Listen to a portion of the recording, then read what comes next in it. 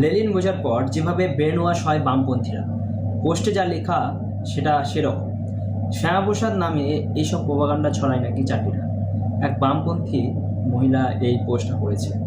সত্যি কি শ্যামা না থাকলে এই বাংলা থাকতো না? তিনি লিখেছেন এই সব পোস্টে। আসুন গোটা পোস্টটা করে দিই। আসুন আসল ইতিহাস আমরা জানি। ডাইরেক্ট অ্যাকশন ডেতে ছিল সাধারণ একটা ধর্মঘটের ডাক, মুসলিম লীগের স্বজাতির জন্য আলাদা রাষ্ট্রের দাবিতে। কিন্তু সেই দিন অত বড় দাঙ্গার পর স্বজাতির জন্য পৃথক রাষ্ট্রের দাবি আদায় কিছুটা এক করে চলে যায় মুসলিম লীগ। এই স্ক্রিনে ওনার পোস্টটা আপনি দেখতে পাচ্ছেন। আপনারা যারা পড়তে চান স্ক্রিন থেকেও পড়তে পারেন। এরপর ফজলুল হকের কৃষক প্রজা পার্টি থেকে শুরু করে নেতাজি দাদা ও শরৎ বসু ও বামপন্থীরা দাবি করে বাংলা রাষ্ট্রের। সে রাষ্ট্র হতো বাংলাদেশ এবং পশ্চিমবঙ্গ, মানে পূর্ব আর পশ্চিমবঙ্গ মিলিয়ে বাঙালি জাতি ও বাংলা ভাষার নিজস্ব রাষ্ট্র।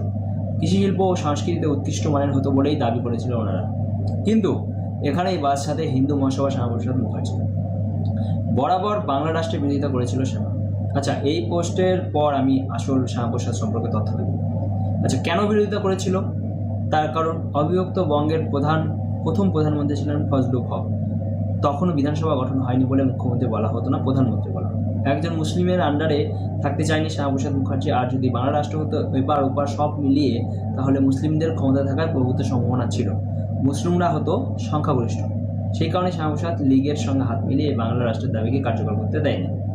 যে লোকটা বাংলা রাষ্ট্রের দাবি যাতে সম্পন্ন হয় তার জন্য উদয়াস্ত পরিশ্রম করেছিল, এখন তাকেই পশ্চিমবঙ্গের জনক হিসেবে দাবি করছে চাটিরা।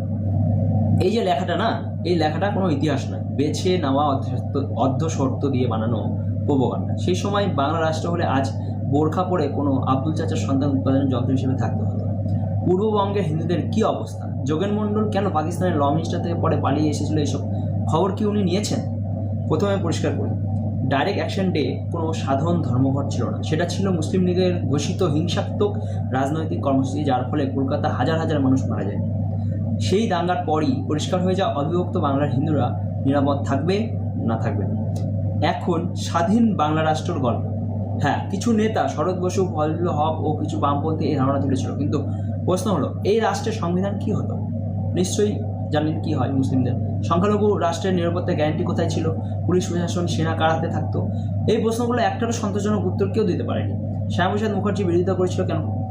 কারণ তিনি বুঝেছিলেন অবিভক্ত বাংলার মুসলিম যে সংখ্যাগরিষ্ঠ শাসনে হিন্দুরা দ্বিতীয় শ্রেণীর নাগরিক হয়ে যাবে, ডাইরেক্ট অ্যাকশন ডে এর মতো ঘটনা ভবিষ্যতে রাষ্ট্রীয় রূপ নেবে। বাঙালি জাতি কতটা সুন্দর শোনালেও বাস্তবে ক্ষমতা যাবে মুসলিম লীগের হাতে। আর সবচেয়ে বড় মিথ্যা, শ্যামাপ্রসাদ মুখার্জি মুসলিম লীগের সঙ্গে হাত মিলেছিল, এটা কিন্তু সত্য নয়। তিনি পাকিস্তান পরিকল্পনার বিরুদ্ধে শেষ মুহূর্তে পর্যন্ত লড়েছে। যখন দেশভাগ অনিবার্য হয়ে যায় তখন তিনি লড়েছেন যাতে পশ্চিমবঙ্গ ভারতেই থাকে, নইলে আজকের পশ্চিমবঙ্গ পূর্ব পাকিস্তান হয়ে যেত। এটাই ইতিহাস। যে মানুষটা না থাকলে কলকাতা থাকতো না, হাওড়া, বর্ধমান, মেদিনীপুর থাকতো না।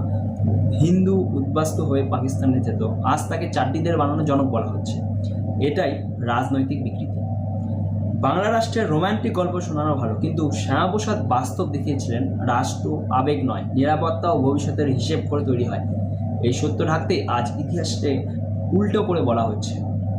প্রথমত, শ্যামাপ্রসাদ বাবুর নিজের স্বার্থে নয়। বাংলা ভাগ হয়েছে 20 জুন 1947 ও প্রাদেশিক আইনসভার ভোটাভুটির মাধ্যমে। ধর্মের ভিত্তিতে ভারত ভাগের প্রস্তাব এলে করদ রাজ্যগুলো ছাড়া, যেগুলো রাজা ও নবাবের সিদ্ধান্তে নিজের দেশ পছন্দ করেছিল, বাকি অংশ ধর্মের ভিত্তিতে ভাগের প্রস্তাব আসে। সেই হিসেবে পাঞ্জাব ও বাংলা ভাগ হয়। 28 জুন 1947 পাঞ্জাবের প্রাদেশিক আইনসভায় ভোট হয়েছিল। দ্বিতীয়ত, 1905-এ হিন্দু বাঙালিরা বাংলা ভাগ চায়নি, কিন্তু মুসলিম লীগ বাংলা ভাগ চেয়েছিল। আর 1946-47 ঠিক উল্টোটা। 16, 17, 18, 19 আগস্ট 1946-এর পর হিন্দু বাঙালি বুঝে গিয়েছিল পৃথক বাংলা রাষ্ট্র বা অবিভক্ত বাংলা নিয়ে পাকিস্তানে গেলে ভাগ্যে কি আছে।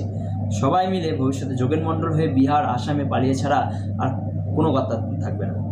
সংক্ষিপ্ত আরও কিছু তথ্য দিই শ্যামাপ্রসাদ সম্পর্কে। শ্যামাপ্রসাদ মুখার্জি বাংলার জন্য একজন অত্যন্ত গুরুত্বপূর্ণ রাজনৈতিক ব্যক্তিত্ব, জননেতা ছিলেন। তার প্রধান অবদানগুলির মধ্যে যেগুলো রয়েছে সেগুলো হলো বাংলা বিভাজন রোধে ভূমিকা, পশ্চিমবঙ্গের সৃষ্টিতে তার প্রধান ভূমিকা ছিল। 1947 সালে বাংলার বিভাজনের সময় হিন্দু অধ্যুষিত অঞ্চলগুলি নিয়ে পশ্চিমবঙ্গ গঠনের জন্য জোরদার আন্দোলন করেছিল।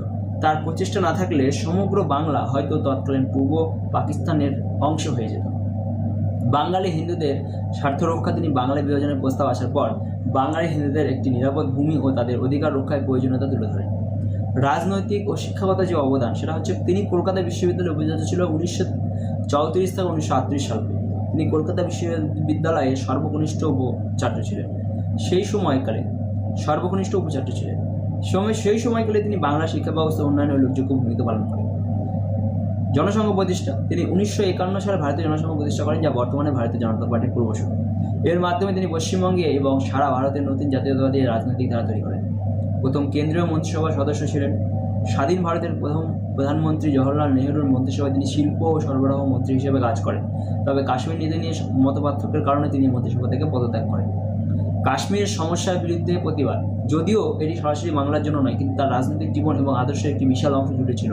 তিনি কাশ্মীর এক দেশে দুই বিধান, দুই প্রধান এবং দুই নিশান, এক দেশে দুটি সংবিধান, দুটি প্রধানমন্ত্রী, দুটি পতাকা যাকে বলা হয় বাংলাতে, নীতির ঘোর বিরোধী ছিলেন। এবং এর বিরুদ্ধে প্রতিবাদ করতে গিয়ে 1953 সালে কাশ্মীরে রহস্যজনকভাবে মারা যায় ও তার আত্মত্যাগ দেশের ঐক্য অখণ্ডতার জন্য গুরুত্বপূর্ণ বলে বিবেচিত হয়। সংক্ষেপে শ্যামাপ্রসাদ মুখার্জি ছিলেন মূলত আধুনিক পশ্চিমবঙ্গ রাজ্যের স্থপতি ও বাংলা হিন্দুদের রাজনৈতিক ও সাংস্কৃতিক স্বার্থ রক্ষার জন্য এই প্রধান কণ্ঠস্বর। আর ওনার বিরুদ্ধেই এরা প্রবণ্ড চালাচ্ছে শুধুমাত্র রাজনৈতিক ফায়দার জন্য।